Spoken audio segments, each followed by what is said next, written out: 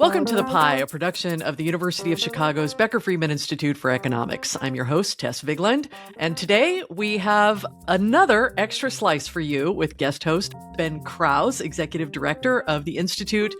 Ben, Happy New Year. Welcome back to the mic. Thank you so much, Tess. How you doing? Doing pretty well. I have to ask, did you have any good pie over the holidays? Oh, I had so much pie over the holidays of just about every flavor. It was really wonderful. And yourself? The only pie I like is this show. I don't like pie. See, I blew it. I blew the opportunity.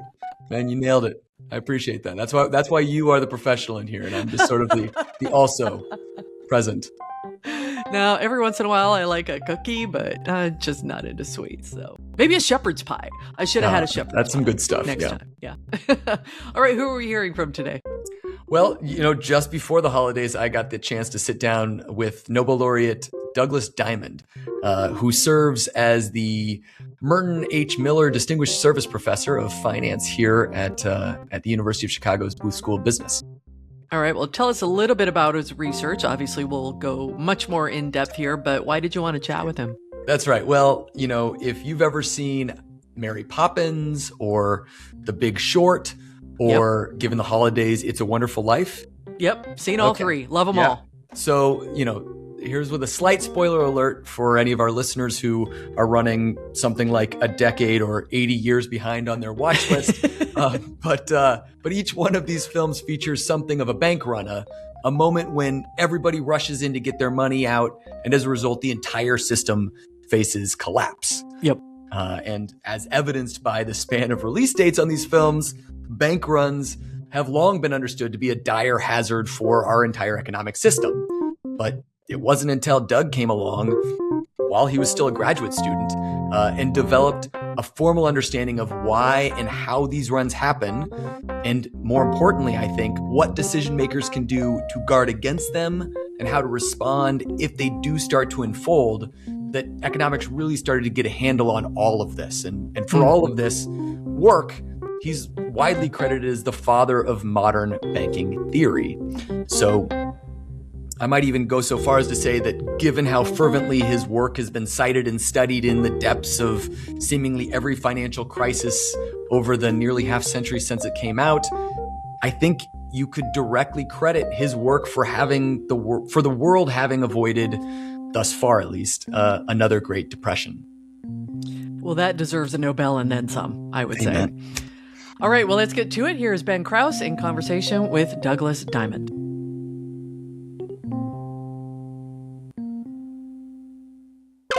So, Doug, welcome to an extra slice of the pie.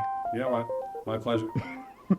So before we get started, I understand that you might not have been the best of students early on in your educational career, so much so that your mother, her hope was that you might make it through junior college. And I'm sitting you here now. It seems like you made it past or perhaps even skipped that stage. I'm wondering if that's the case, and if so, what happened? What changed? Yes. So one, I wasn't the happiest kid in the world when I was a little kid, and that sort of got in the way. And transitioning from that, I wasn't great about doing and turning in homework and things like that until seventh grade or something like that. So seventh grade, I started to turn it around. Okay. And then in eighth grade, I switched schools. I switched to a small private school in north side Chicago called Latin School. Okay. And they helped me transition to getting things done. So they had things like Saturday detention and things like that could help you. I spent some Saturdays at school. Yeah, I so if you didn't get get your homework in on time, you had to go to Saturday detention, and I don't know, there were worse things to do on Saturdays. And then I had one particular science teacher who was tremendously frustrated, but could tell that I was very interested in science and had some skills in it. Lady named Mrs. Lombrakis. Okay. So she yelled at me a lot, and then. By middle of eighth grade, I had was getting my act together. Then ninth grade, and then by 10th grade, it was like all lots of fun. And so Mrs. Lombrakis helped you unlock that fun. Yeah. So it was like, instead of dreading going to school, it was actually fun. And sometimes I went on Saturdays to work in the lab. So that's it's funny. I had a science teacher, Ms. Holder, in eighth grade, who her first day of class was, "I am not a teacher. I am a coach. At Good. this Yeah, point, yeah. my primary job is motivating you to want to know this information, and you will either learn it or not. And it sounds like Mrs. Labrakis really did that for you. Yeah. Yeah. By the time we get this up, we'll be on the other side of the holidays. Yeah. But rarely do I get the opportunity to sit down with someone whose research in some ways speaks to the season. And so, many of us will have just watched It's a Wonderful Life. Yeah. And I'm of course thinking of that scene when Jimmy Stewart is trying to keep the Bailey Brothers Building and Loan in business. And I'm wondering what your research has to say about that particular moment and kind of banks in general.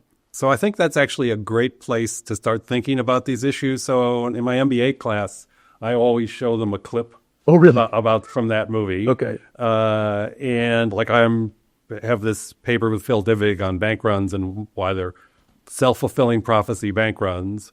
So I sort of show them a numerical example. I say, oh, then there's an equilibrium, a good one, where the banks create liquidity, but there's another one too. And then I hit the button, and then up comes and then everybody's showing up, in the building and loan lobby, and Uncle Billy has closed the door. But then that was a huge mistake. Yes, right. So we teach them exactly. that, And why is that a huge mistake? Because once the door is closed, everybody who's driving by can say, there's something funny going on at the bank, George. You better get over there. And then otherwise, they just go by, and there'd be few people in line. Uncle Billy had lost the cash, or he dropped it in the when he was making a deposit into the to the commercial bank. Right. They were building a loan. So he closed the door. Then that got people showing up. And then once people are showing up, more people show up because they see other people showing up, which is sort of the point of self-fulfilling. Sort of hard to think about a self-fulfilling prophecy unless you see something going on. Yeah. That's closing the door is how you see it going on. So George is trying to talk them out of the run. And the point about runs is if everybody thinks there won't be a run, there won't be a run. If everybody thinks there will be a run, there will. But both of those are sort of very stable. If everybody thinks almost everybody's going to take their money out, then everybody will take their money out. Yeah. Thinks almost nobody who doesn't need it's going to take it out, then literally nobody who doesn't need it. So it's sort of locally stable. But once you've moved across the precipice from one to the other, you have to get everybody to believe that everybody believes that everybody believes, et cetera, that it's going to stop. So he has to have a little speech with them to say, look, your money's not in the vault, it's in Joe's house, and your money in Mrs. Meckley, and blah, blah, blah. So they do that, and he talks them through, and then he says, well, how much do you really need? Yeah. And he doesn't, the bank does, his building loan doesn't have any money because Uncle Billy dropped it. But he has money to go on his honeymoon, and his wife said, here's our money. So he's giving out his own money, and then the people are a little, George, it's your own money. Well, how much, how much do you have here? $242. Yeah. I'm not going to break anybody. So he takes it out. Says, okay. The next person says, well, how about $22.50? Next one was $20. $20. I've seen this many times. I was going to say. I've showed this 3 times a year for 35 years. So I pretty much could recite all the dialogue. And then $20, $22.50, $17. He gives Mrs. Meckley a kiss. Yes. Because she does. And then that moves the equilibrium to say there's not going to be a run. Yeah. So it's a very illustrative way to sort of say that beliefs about beliefs are very sticky until they're not sticky, and then they're very sticky in the wrong place. Yeah. So that was, it's a great movie. We do more than write the math about the movie. Like ours is a little more general than their problem. There's no Uncle Billy, there's no cash and things like that. But what I love about the model is it really makes salient that there is an underlying risk in any of these things that we think of as banks. And the reason I put them in quotes is it's not just banks. That's right. Right? So, like Lehman Brothers, they're an investment bank, but they're not a commercial bank. Nobody was asking for currency. Yeah. So the story that they say, your money's in Joe's house, it's not in the vault, that's like there wasn't enough printed up U.S. currency to meet the withdrawals. Yeah. But even if it's not if you just have to give them value and you have to sell assets at a loss to give people value, even if it's not currency, once you have shorter term liabilities, once you're promising deposits that are short-term, demandable in the case of like a checking account, and you're investing them in long-term assets you can't convert into cash at the full value, but only some fraction of what their long-run value is, you get exactly the same problem. Because if everybody wants to get their money out, and the long-term value of the assets are only 70% of the liabilities. You can't give 100% of the return out of 70%. So once people think there's a run, there's a run. And then our whole point in the paper was to say that it's not about commercial banks. Yeah. Commercial banks are a good example. It's not just about commercial banks. And there weren't these things called shadow banks, which is a modern term at the time, but it was sort of about shadow banking and anything. It doesn't have to do with money or currency or anything. In fact, Phil Divig and I wrote a little policy paper in the now defunct Journal of Business, which is an old University of Chicago journal that no longer exists. I was the editor for a while. So we wrote a little policy paper in there that we talked about problems where if you're trying to misregulate or overregulate these banks, you get what we call replacement intermediaries who aren't banks, but they cause the same problem. And those are what are currently called shadow banks. There weren't any of them then, but in theory, they existed then. And this was this the paper in 86? Yeah, 86. Yeah. Phil and I only wrote two papers together, 84 and 86. So. And so the other paper that the Nobel Committee recognized was, I think it was coming from the third chapter of your dissertation. Yeah, Financial Intermediation and Delegated Monitoring. Right, which is a fantastic title for just telling us why banks exist. Yeah. Right? And so tell us a little bit. It's really both, fantastic. So the two papers, the one with Phil and the one from my thesis, are both about why banks exist. So the first one in my thesis, which I was sort of obsessed with, is like, there was all this thing going on in financial economics at this time. The market is efficient, and there are excellent incentives, and there's no conflicts of interest that can't be resolved by the market, where the market means just like trade in the market. Yeah. So I was trying to think, okay, if the market's efficient and there's plenty of information, public information out there, and they're not the smart guys and the dumb guys, what could banks be doing? Yeah. And then this was something that basically you needed to if you lent some money to a person or a business and they could do the wrong thing with it, they could just take the cash and say, look, I can't pay you, sorry. Pass it to their brother. Right. Yeah. But you could keep an eye on that. Yeah. Keep an eye on the house of the brother-in-law or whatever. But that was costly, so you didn't want every small depositor with their $100 to do it. So you delegate it to this person called the delegated monitor. But then the trouble is, now how do you keep an eye on the delegated monitor? So who's going to monitor the monitor? Yeah. Who's going to guard the guardians or whatever? And then the answer is you don't. But what you do is if the delegated monitor doesn't pay you what they promised, then you punish them. Like you can throw them in the old days, you throw them in debtor's prison or worse. South Carolina, Australia. Right. Yeah.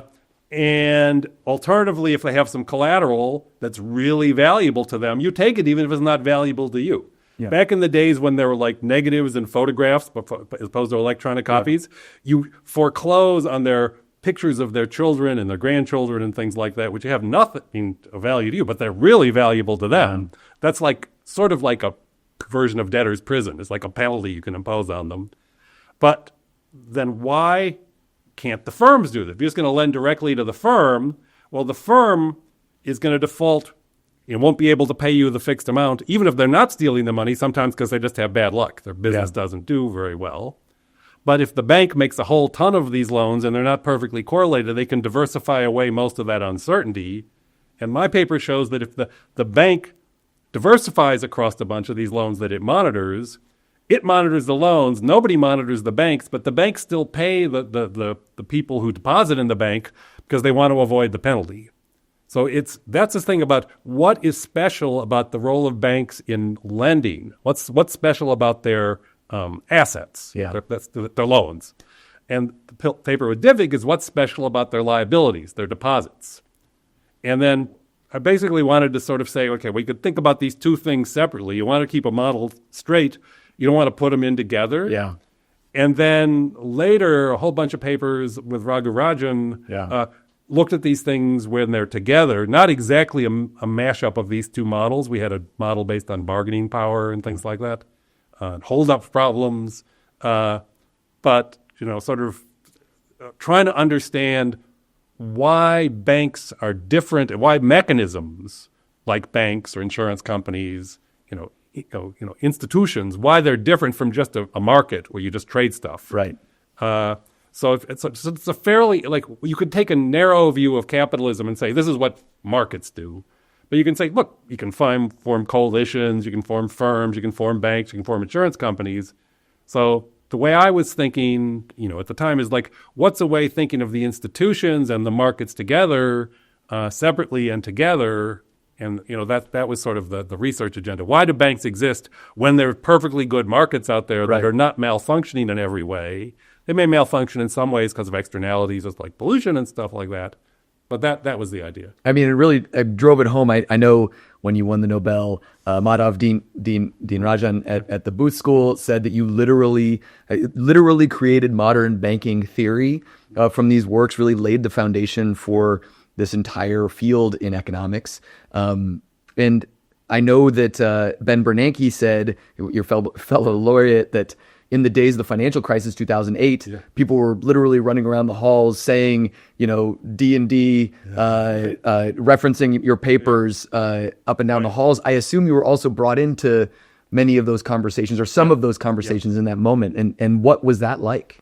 So that was like, normally I like to do long-term research and don't get too involved in day-to-day policy because, the day-to-day policy, you need a lot of the data and you need a lot of empirical skills. And I think about the why questions and why would you write a contract like this and how could it mess up? Yeah. And then just because it messes up doesn't mean it was a mistake because it doesn't cover every scenario. So I got involved, one, at the Fed Board of Governors. There was a little conference that Ben had set up, or the whole Board of Governors had set up, on flights to quality episodes. That's sort of like a mini run. Yeah. Everybody's going to say, well, I'm going to get out of risky securities and buy treasuries. But by the time, that was like 2 months or 3 months ahead. So by the time that actual meeting occurred, this was post-Lehman, and we had a system-wide run on short-term debt. So it turned out we got there at 9 a.m. We were supposed to speak. And by noon, we still had not spoken because it turns out the Board of Governors was voting on accepting a plan for the takeover of Wachovia Bank by Wells Fargo instead of Citibank. They, at the Fed, had set up a deal where Citibank was going to get it, which was a bailout of Wachovia, and they gave them a really good price. It was also a backdoor bailout of Citibank. And then Sheila Bair, who was head of the FDIC and was going to get a bigger loss out of this, treated it as her own money and said, despite contracts that said they wouldn't do this, reshopped the deal with Wells Fargo, got more money from Wells Fargo. So they were all voting on this. We were like sitting and not knowing why they didn't, why'd they tell us to come at 9 and we haven't put it taken in by noon.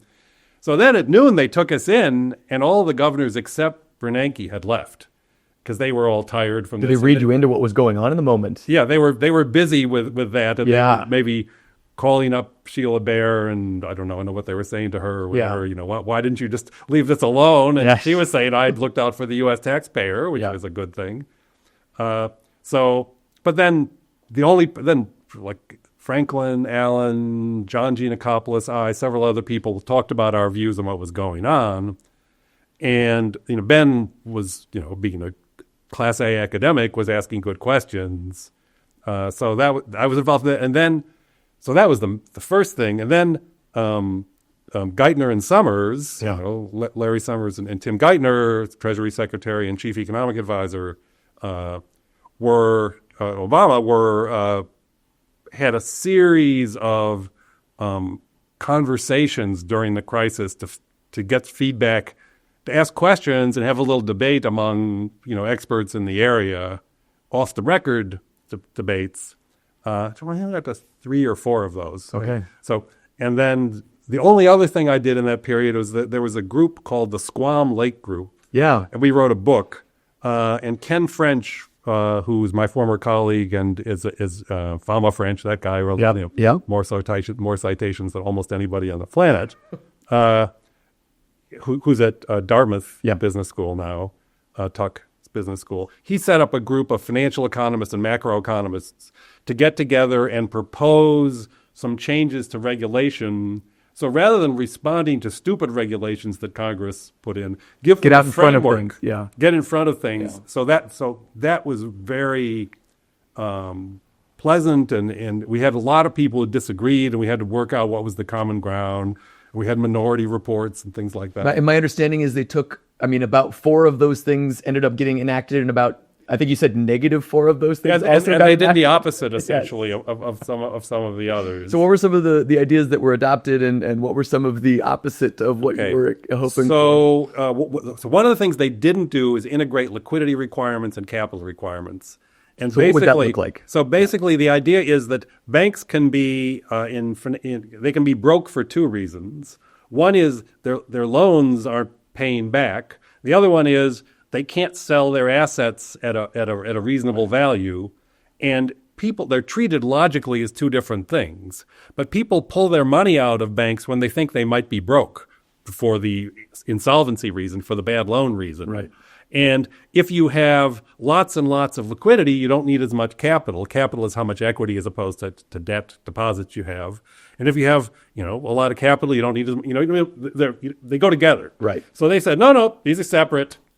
And then they put in formulas that were made no sense, something called the net stable funding ratio. Yeah. And some of that and some of the other regulations sort of caused the Silicon Valley problem. They could follow all the rules of the regulations. The supervisors could follow the rules, but not force them to do sensible things that they should have forced them to do. The thing that they did it actually more in Europe and in Switzerland than us, was bring in something called contingent capital, which they did. So this is sort of debt, long-term debt of the banks that would turn into equity in a crisis. So they could, instead of raising equity, they could convert debt to equity, because maybe in a crisis people would be concerned the bank wasn't going to make it and not want to inject any equity. So if it's like pre-injected, it's easier. It's ready to go. Because other you can say, well, issue equity. Well, I think they're not going to be able to issue equity. If they're not going to be able to issue equity, it would go for 0. So if they can be able to issue it for 0, then it's not going to stop a run. So the U.S. did something where they required a certain amount of long-term debt, and the Europeans required a certain amount of this contingent capital debt that converted to equity. But in Europe, particularly in Switzerland, they didn't do it in the way that we recommended. Instead of debt converting to equity, in a crisis, the debt wrote itself down to 0. So this debt actually became junior to equity. Yeah. And then they were sort of unwilling to do it because to pull the trigger and write it down, because they thought it would wipe out certain insurance companies or whatever. But eventually they did write it down. But then, anticipating before this happened, the banks didn't want to sell equity because the equity was going to buoy up if they wrote this stuff down. So that basically they followed the advice in a broad sense, but the details really mattered. So, but we got this. So right now people are saying we've screwed up. We shouldn't have this contingent capital stuff. We need high quality stuff like equity. And, equity is actually better. It's, if you have 50% equity, that's better than 50% of the stuff debt that turns into equity. Right. But, it could be that the required rate of return adjusted for various risks is lower for the contingent capital than it is for the equity. And it could be that it's just because it's something you can write down in a crisis, it gives an extra tool to the regulators. But the way they implemented it didn't really work. So they listened to us. They did some of the things that rhymed with some of the things that we had, but they didn't quite follow. But I think it's probably the case that what happened, some of the good stuff that got into Dodd-Frank and things like that, was more in the direction of something that was helpful. Yeah. Because there are just conflicts of interest within the industry. Some parts of the industry are benefited by certain regulations, others are hurt by that. That's right. And it's better to have some third parties who aren't directly in the pocket of either of those camps to say, look, from the point of view of society as a whole, here's what a good thing would look like. Right. And I think it actually had some effect. But, politics are politics, lobbyists are lobbyists. We knew it wasn't going to be like, we didn't have proof that our stuff was right. And we know that the stuff that caused the least redistribution across different types of institutions was going to be the ones that are going to be most likely to be adopted. Yeah, exactly. Most likely to be successful. So when you're working on something like that, when you're working on policy advice, when you're trying to take it from theory into actuality, what are some of the trade-offs that you're thinking about? Like, how do you do that writing?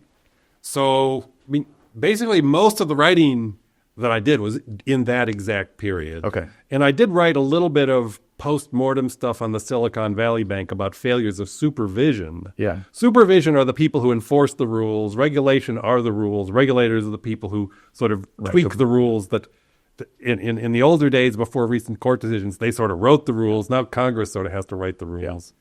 Yeah. But the supervisors screwed up in Silicon Valley.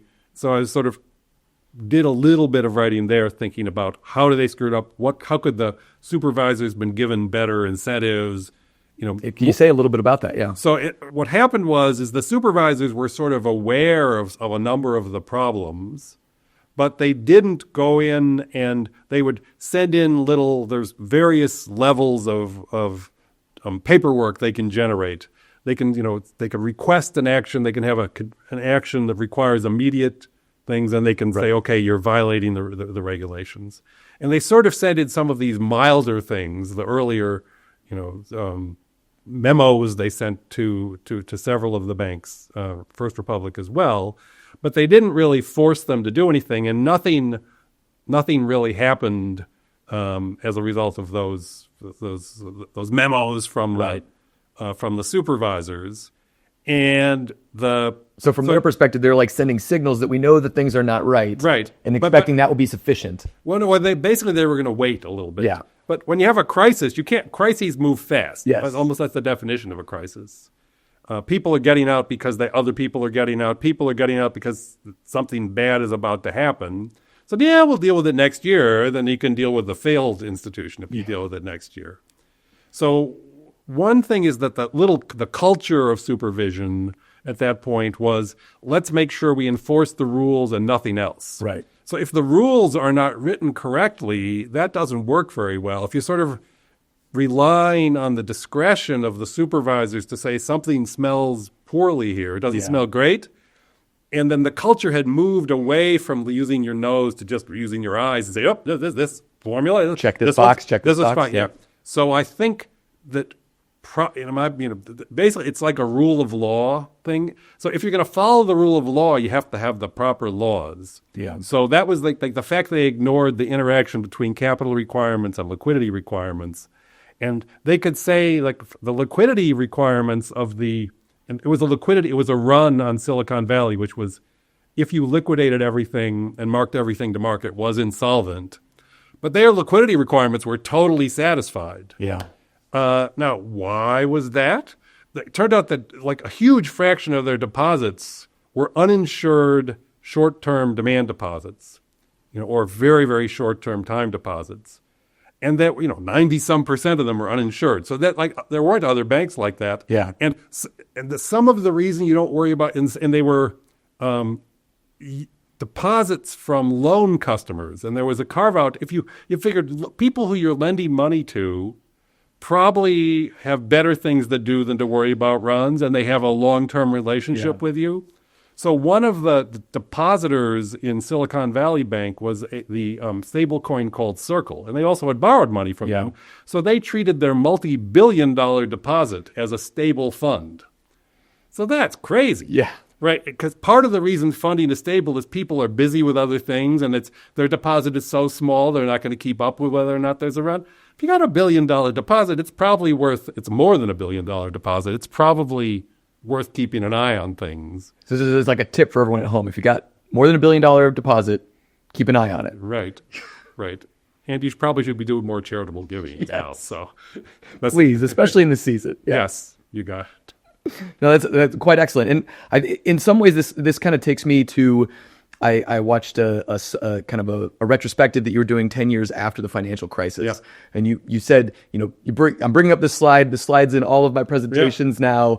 And what is that primary takeaway that you like to share with everyone? So financial crises, I think by that time I had the extra private financial crises starting well before the crisis. I had financial crises are everywhere and always due to the problems of short-term debt. It's not money in the vault. It's short-term debt and long-term debt. And then this is partly a riff on Milton Friedman, who basically says inflation is everywhere and always a monetary phenomenon. Yeah. except when it's a fiscal phenomenon. You can talk to John Cochran about that. Yes. But in that day, at least historically, it had always been a monetary phenomenon. Yep. And so this is financial crises are everywhere, and private ones are everywhere. And then the government has other ways of screwing things up without short-term debt. They can screw it up just by running big deficits and having lots of long-term debt and predicting they're going to keep running those deficits. That's sort of the fiscal side of things as well. So except for private firms, if they're going to start running persistent deficits and you think that they're going to run them forever, they're out of business today. Right. Governments can do that. They can have a nice slow crisis. The private firms, it happens super fast. Yeah. And so unpack that for us, though. What exactly, help me really understand, get my arms around this idea of private financial crises are everywhere in all ways. Okay. So basically, if you have short-term debt, that means you're regularly borrowing money to finance not today's inventory, but your plant and equipment, your future growth, your future payroll and things like that. And you instead of locking in enough money today for the next 50 years, issuing, say, all equity and just keeping a lot of it sitting in cash or something like that, people essentially don't trust firms that well to say, look, here's enough money for the next 50 years and come back and, we hope you're going to pay us back. Yeah. So instead, you want to private firms are always on a shorter leash than that, either by their bondholders, their stockholders who vote on the board of directors, who vote on getting order, or by their financiers like banks and other financial institutions, private equity firms, venture capital firms. So private firms are always on a shorter leash, and they always give the right to the people who are holding the other end of the leash to withdraw funding. The most normal way of doing that is by issuing debt that comes in to due for rolling over at maturity well before the cash flows are coming in. So you issue some debt, it gets paid off by issuing some more debt, that gets paid off, issuing some more debt. You pay it down over time, or if you need more funds, it goes up over time. So that once you're in the business of financing yourself in a way that you need to keep going back in the market, if the market thinks you're not going to be able to go back day after tomorrow, then you're not going to be able to go back tomorrow, which means you're not going to be able to go back today. So if you think there's going to be that people will sometimes ask, can you predict whether there's going to be a crisis tomorrow? Says, no, you can't. Crises by their nature are unpredictable because if you knew it was coming tomorrow, it would come today, and you can do it. Would be now. It would be now. So private financial. So if you see, it's not about cash in the bank, or if you see lots and lots of short-term debt, particularly you see building up more and more short-term debt, that's an indicator that the crisis risk has gone up. Now, it's also quite possible there's not going to be a crisis. They raise more of the debt. Everybody knows that they're raising more debt, and then eventually the cash comes in, they pay it down, they issue more equity, whatever, or they graduate from a private equity firm to going public, that kind of thing. So, but without short-term debt, you're probably not going to have much of a crisis unless you have something that works just like short-term debt. So there are some hedge funds that had lots and lots. Well, it was debt. They had something called margin loans. Right. So that issue, and that the margin loan can be called. It's called a margin call. So that's sort of what brought down long-term capital management, a big hedge fund, the biggest hedge fund in history at that point. That sort of almost brought down big parts of the financial sector. So that's why short-term debt and financial crises go together when it's the private sector. Yeah, excellent. So I appreciate you riffing on Milton Friedman. Yeah. I also, kind of thinking back to how all of this got started, how it is that you got in this space of banking. I understand that some of Milton's work, both Capitalism and Freedom that I've got here on the shelf, as well as his work with Anna Schwartz, the Monetary History of the United States, played a rather important role in bringing you to today. Right. So I mentioned I went to high school. I went to school, and I was from Chicago, so I went to the Latin school. And in my junior year of high school, we took a seminar. There was a new seminar called Capitalism, and it was taught by a trustee of the school who was a manager at E.F. Hutton, which was a big brokerage firm at the time. They've since merged. They're probably part of Merrill Lynch. No, I don't know who they're, which is Bank of America. Yeah. So everybody merged, and basically we read Capitalism and Freedom and discussed it. And that's really well written. And I'd read a little bit about economics. I hadn't read any economics before that. Yeah.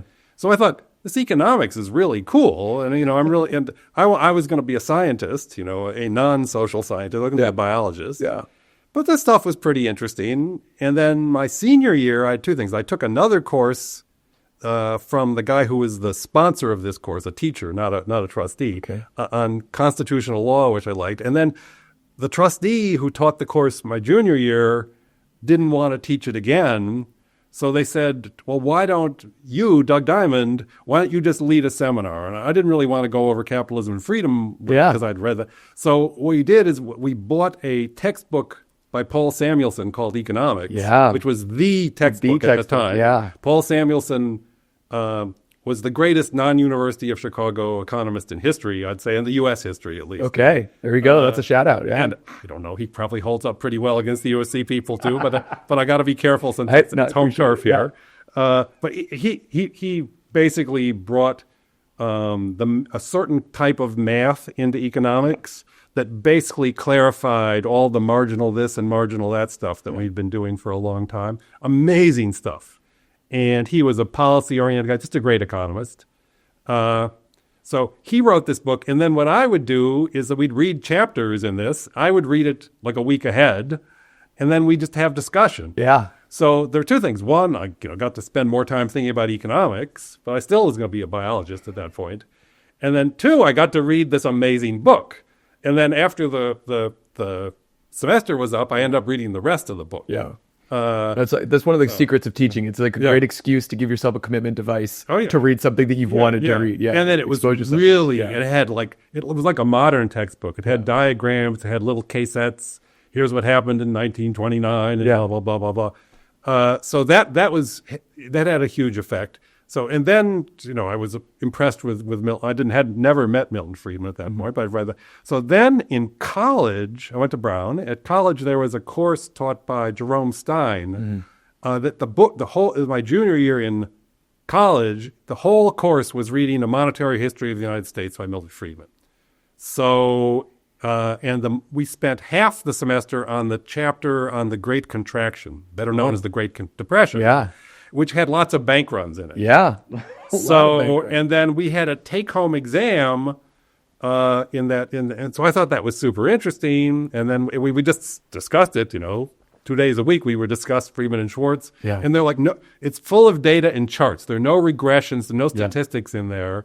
But he would talk about an idea, Friedman and Schwartz, they would talk about an idea, then they'd show some data, they talk about the idea, which is sort of, people don't really do much of that anymore. But that was a great way when you're learning something. One, taught me some economic history, but the financial economic history, that was sort of the only thing written on this stuff. Yeah. And it was in great detail. So but then on the exam, they asked us something talk about what was happening in the bank runs.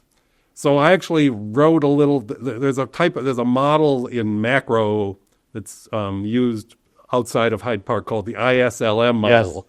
Yes. And it's sort of very Keynesian. Yeah.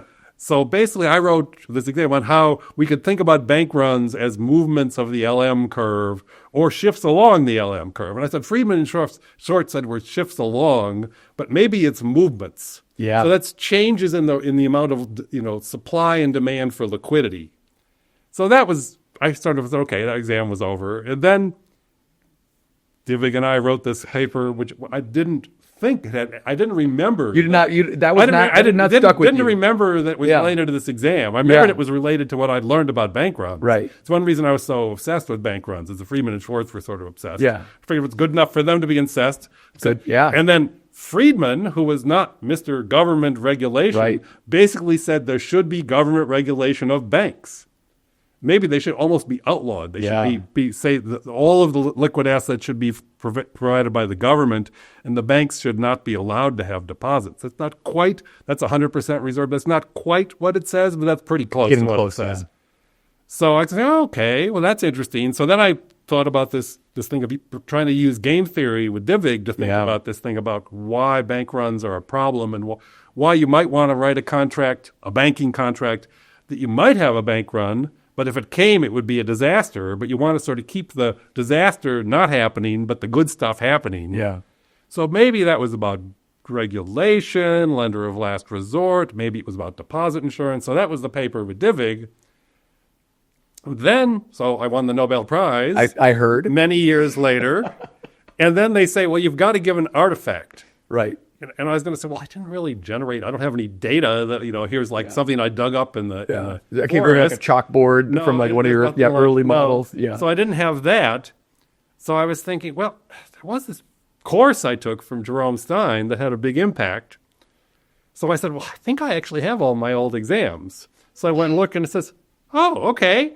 This is the shift of the LM curve. Yeah. Okay, that's what Diamond Divig is. It's why the LM curve shift. It's multiple equilibria, which is not in the ISLM model. Right. So I said I was going to have to, give them some old pencils or something. Yeah. Very, very boring gift. But so for anyone that's taking the exam this season, who knows how things play out? It might end up. So don't throw out your old exams. Don't throw out your old exams. It might become part of the historical record for the Nobel Particularly your Committee. take-homes, because I have the world's worst or maybe the 10th worst handwriting. So I wrote it out, and then I wrote it out very carefully, like my third grade teacher would have wanted me to. Yeah. So it was actually readable. I think if this had been like an in-class exam, neither Jerome Stein nor I could have read it. So then I would have said, well, I see this curve moving, but... I swear this has something to do with what we're doing. Yeah. Well, I would love to go back to this movie theme that we started the conversation with.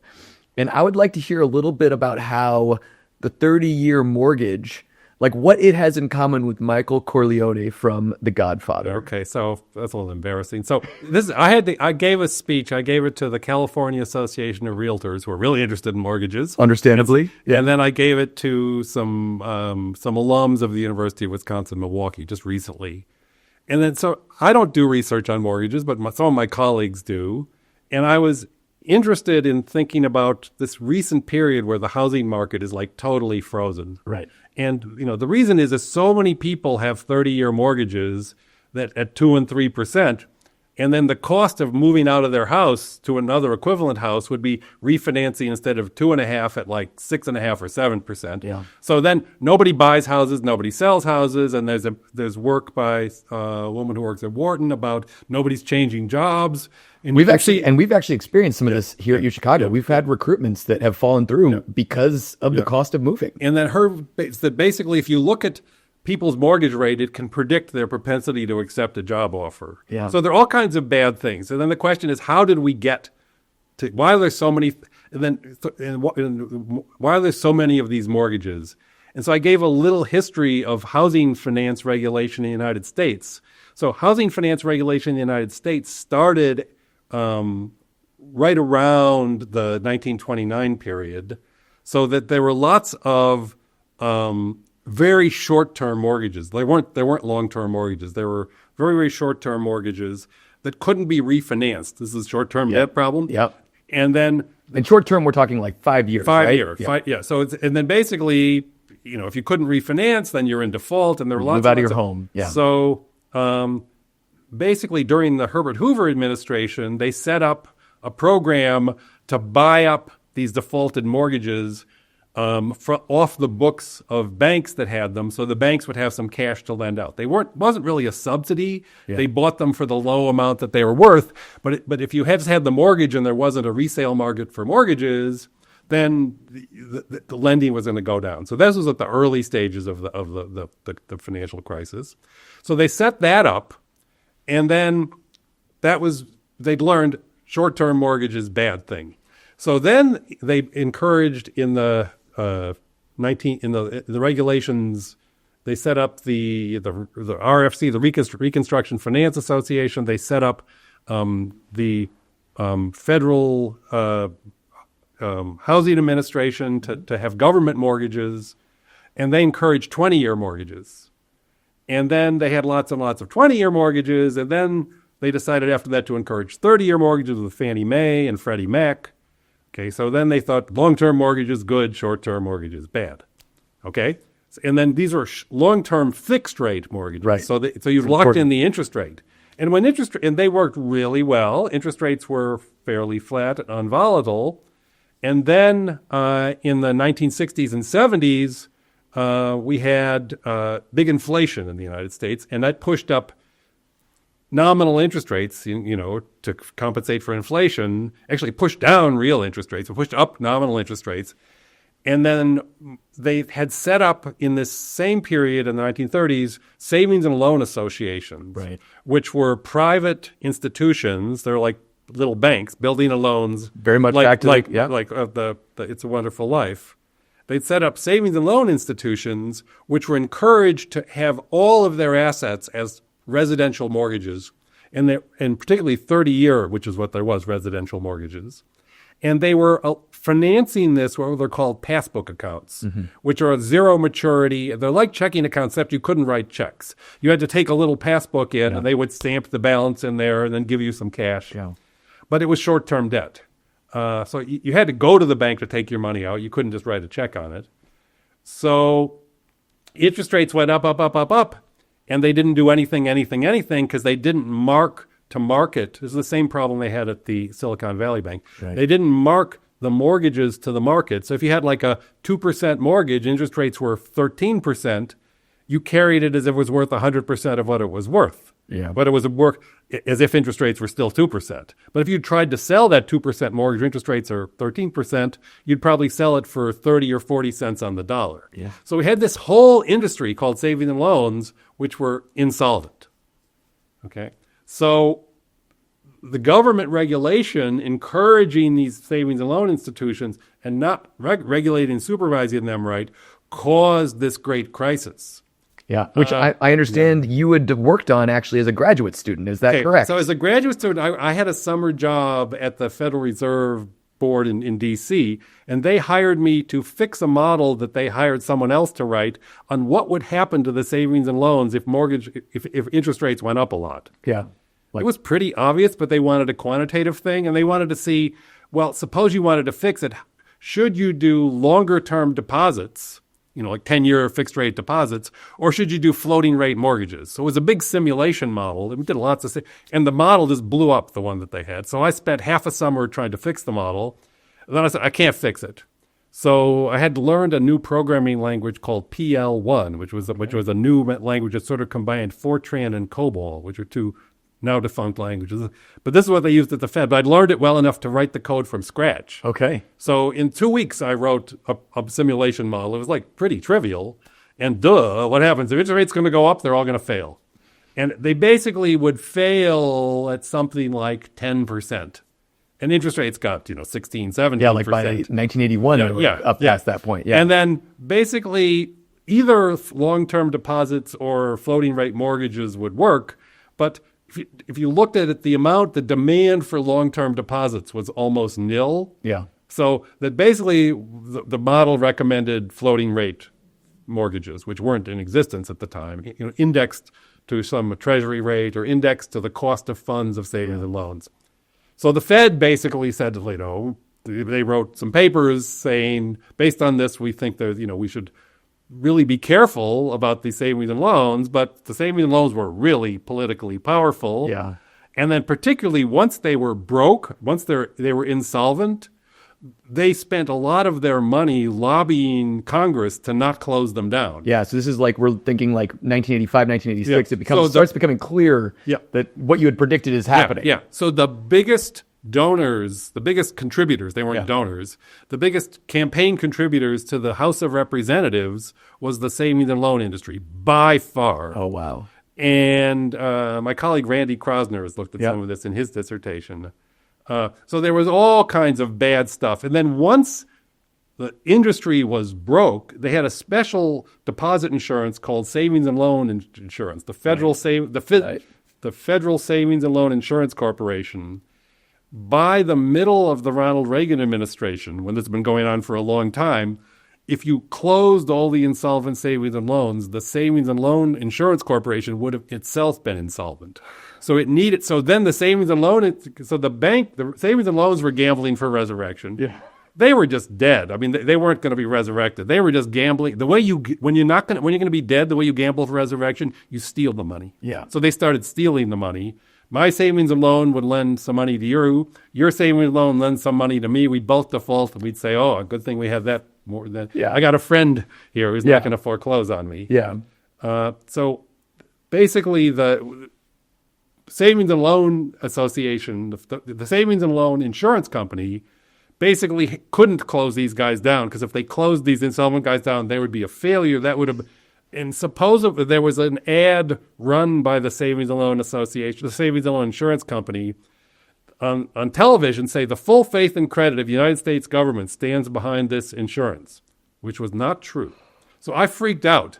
So if the government is lying about the full faith and credit, a government entity, so that says we're in deep trouble. Yeah. So if when would that have been when that ran? This would have been in the 80s. This is before the Bush. So the Ronald Reagan administration essentially, this was going to require a big government bailout of the savings. And then I think there was the end of the administration. I think they didn't want to get into it. But everybody was advising their economic advisors who knew. Secretary of the Treasury, I think, was Don Regan at the time, was former head of Merrill Lynch, Pierce, Spencer and Smith. Okay. Which was the full name back then. They were well aware, but it was early in the George H.W. Bush administration that they passed this bailout loan. That reformed, that merged the savings and loan insurance into the FDIC with the banks, recapitalized them thousands of dollars per capita. It was very for every American, right? Yeah. So it was a very expensive bailout, but they had to put, if they wanted to have the statement about the full faith and credit being true, you didn't want this this government agency, the FSLIC, the Federal Savings and Loan Insurance Corporation, you didn't want it to fail. Yeah. So how does Michael Corleone? So yes, I was going to say, bring it back, bring it home. So basically, it was the 30-year fixed rate mortgage caused the savings and loan crisis. And it was brought in because they thought it was a good thing. Yeah. So if you haven't seen The Godfather, Michael Corleone, he's the offspring of mafioso, but he's a very good guy. Yeah. He doesn't want to get involved in the family business. Looks like he's going legit. Looks like he's going legit. And if he hangs around with the right people, he'll be okay. And it was sort of the same thing with a 30-year mortgage, but if it didn't hang around with lots of inflation, if it didn't hang around with a lot of self-interested savings and loans who were going to get themselves bailed out, it would have been a good mortgage. But once it hung around with the wrong people or the wrong inflation level or the wrong savings and loans, it became just as bad and maybe worse than the short-term 5-year mortgages, which at least would have very quickly brought the problems to a head. So they kicked the can down the road through the whole Ronald Reagan administration. And then most financial economists who were aware of banking were aware this was like a problem that was this going to happen. There wasn't a run because there weren't any uninsured deposits on these insolvent savings and loans. People are not stupid. Yeah. But they're perfectly willing to put their money into insured deposits, particularly if they believe the ad that the full faith and credit. So actually, I had a bunch of money, and a bunch of my colleagues had a bunch of money in a savings and loan in the western suburbs called Lyons Federal Savings and Loan, and they were paying about 2% above. They had long-term deposits insured. Yeah, they paid about 2% above long-term treasuries, and if you believe they had the full faith and credit of the U.S. government behind them, it was like. It was an arbitrage. It was a opportunity. Huge opportunity. Now, clearly, not everybody believed that the full faith and credit. Otherwise, they would have not been 2% above. But a bunch of my colleagues, including my dean, Jack Gould, who passed away recently, we all had this was a savings and loan that was negative net worth. It had one branch in a metro station in the western suburbs. And you had to actually go out there to open it. But it was right on the metro, so you could go out there. So then it failed when they closed all along with more than a third, right? It failed, and I learned something that I didn't know about deposit insurance. So I got 100% of my money back, but I had bought 25-year deposits, at like 11% or 12% or something like that. And then I thought I'd locked in 11%, but the day they failed, they gave me my money back, and they didn't. They extinguished the deposit. Yeah. So I lost, 19 years of an excess return. So that's useful. Yeah. And then I was sufficiently paranoid to check with the FSLIC to make sure that they're in fact were insured. Yeah. Because you could look at their balance sheet and see they were worth around minus 8%. So the savings. So basically, I got interested in political economy, corruption, and things like that, and interest rate risk. So Michael Corleone, it was the good mortgage that turned out to be bad. Yeah. And not marking to market these Michael Corleone related mortgages, the 30-year mortgages, caused the savings and loan crisis, and it caused the run on the First Republic Bank, which made a bunch of long-term mortgages. The Silicon Valley Bank didn't have mortgages. They just had long-term agency securities. But borrow short, lend long with insured deposits, and think you're going to stay to hold them to maturity is fine as long as everybody thinks that. But once you're insolvent, the rumor about both of them was they were insolvent. That's not really a rumor. Yeah. That's like saying, gee, that, if anybody pulls their money out, everybody pulls their money out, you're broke. Even though they had liquid assets in both cases. Mortgages at this point are pretty liquid. Certainly government agency securities are pretty liquid. They're insolvent. They're going to be run. So they both had super fast runs. Yeah. Well, the last thing I want to ask you before we get to our lightning round, you've talked about this, and I think Chicago is famous for this, that our senior faculty continue to produce research, like long and we're all researchaholics. Yeah, that's right. So I'm really curious as to what's next. What are you working on right now? So I'm working on stuff with Raghu Rajan and Yunja Hu. We've written a couple of papers together over the last few years on thinking about what's different about finance in financially underdeveloped economies. So unless you have really, really good accounting standards and really, really good bankruptcy laws, it's very hard to borrow for a very long-term project. Yeah. A complicated project like manufacturing. Forget about tech. But it's easier to borrow against very short-term, simple projects like shopkeeping and inventory. So the one side of it, and so we think about first that idea, and then thinking about not just which types of projects can be invested in, but what types of financial assets are created by the private sector for people to save in. So because you can't finance long-term projects very well unless you have these good laws and things like that or good customs, you can't issue long-term financial claims. So in these developing economies, you see lots and lots of short-term projects, mainly or exclusively short-term financial assets. Yeah. And then we looked about how different stages of development changes in the fraction of a project that you can commit to pay. We call pledgeability. You can commit to pay to outsiders versus steal it yourself or just help deal with your brother-in-law or whatever. How improvements in the ability to finance long-term financing can change the types of claims that get created, short-term and long-term claims, the types of projects that go, and how it causes redistributions between borrowers and lenders that can be totally in the opposite direction of what happens in developed economies. So we're thinking about, again, it's about short-term and long-term finance, which has been mine and Raghu's and Yunja's obsession for a lot of things.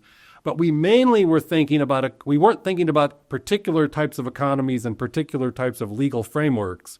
So it could be some of the things were implicitly about very developed economies. Some things in investors were about undeveloped. So here we had this parameter called pledgeability. Yeah. What fraction of a long-term cash flow you can not steal, and what part of a short-term one you cannot steal.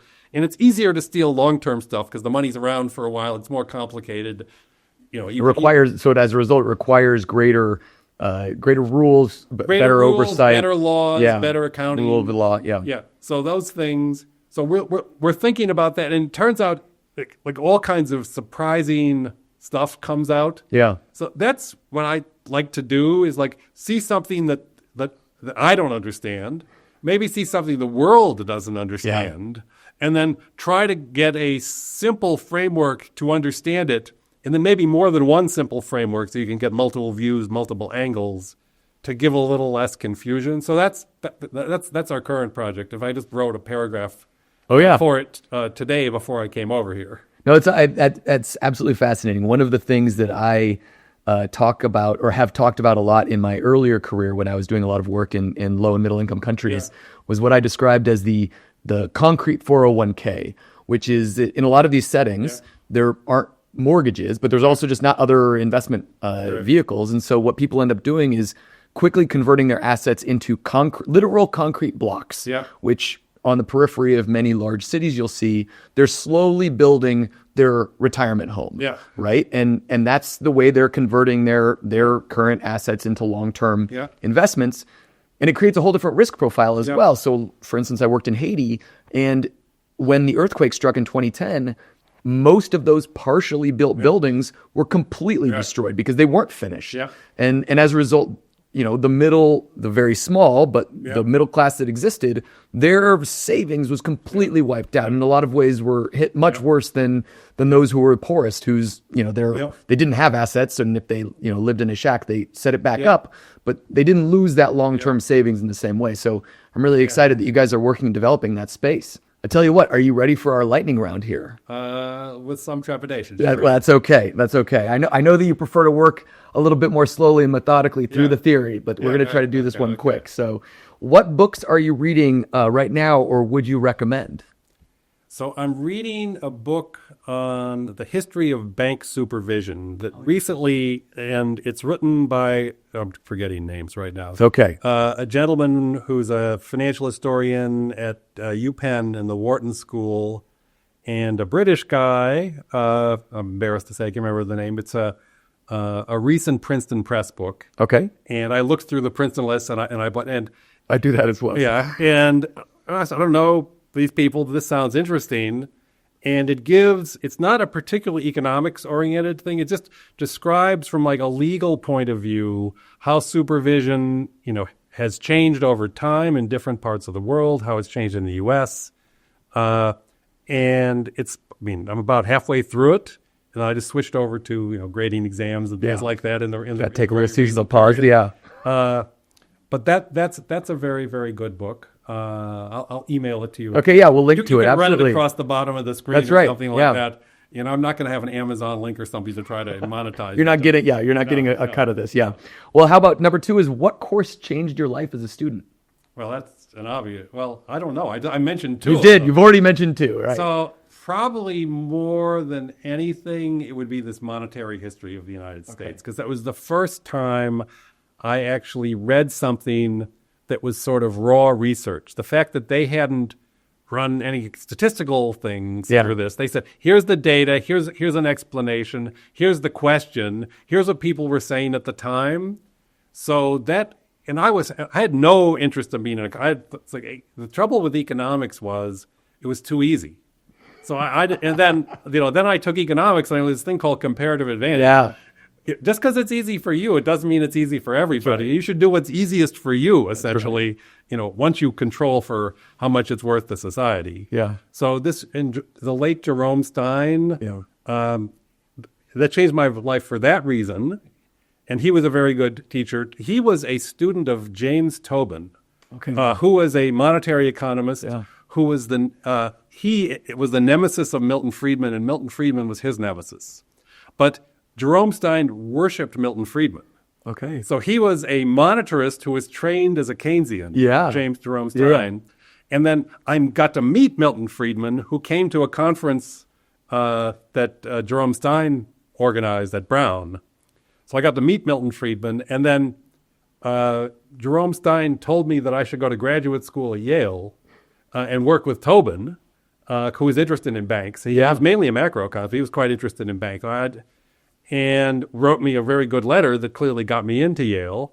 And then I knocked on Tobin's door and later became his TA for a macro course and converted several people to financial economics, even though it was a macro course when I was talking to them in their TA sessions. Anybody who got like an A+, I told them you should come to finance. That's what I like. So I would have to say that's clearly, although the course in high school, which just introduced me, that was the first economics book. That'd be number 2. Okay, well, excellent. And finally, if you had to make a pie with the current contents of your kitchen, what would it be? So the trouble, I guess it would be true. My wife is on a gluten-free diet. Okay, So yeah. we thankfully do have some some of this gluten-free flour. Good. I was going to say, I wouldn't have a pie without sharing it with my wife. Listen. And so like for the contents of my kitchen, it's going to be one of two pies. Either going to have to be a nut pie. Okay. Which would have to be like almonds and pecans, but pecans are okay for pie. But we mainly have a lot of berries. So it would, and my daughter makes an amazing 3-berry pie. Okay. So I guess it would be a berry pie, and I'd maybe throw a few almonds in there just to be contrary. I like that. Listen, I like that. And most importantly, I like the takeaway that you should be taking care of your partners when you're making pies, right? Yeah. Pies are not to be eaten alone. That's right. Absolutely. At least I mainly eat them on Thanksgiving, and that's like a family time. Yeah, it's like that. Well, Doug, I want to just thank you for joining us today. My pleasure. All right, so Ben, I'm curious if Doug gave you any insights about whether or not we'll have a recession this year, any financial crises on the horizon that he can help us avoid. Well, I will say that whether he didn't give me a great insight as to what's immediately going to happen, but having spent more time with him and his work, I have a lot more confidence in our ability to navigate those moments if we're willing to pay attention to what research has to offer us. All right. Well, Ben, thank you for bringing us another slice today. Always glad to be here.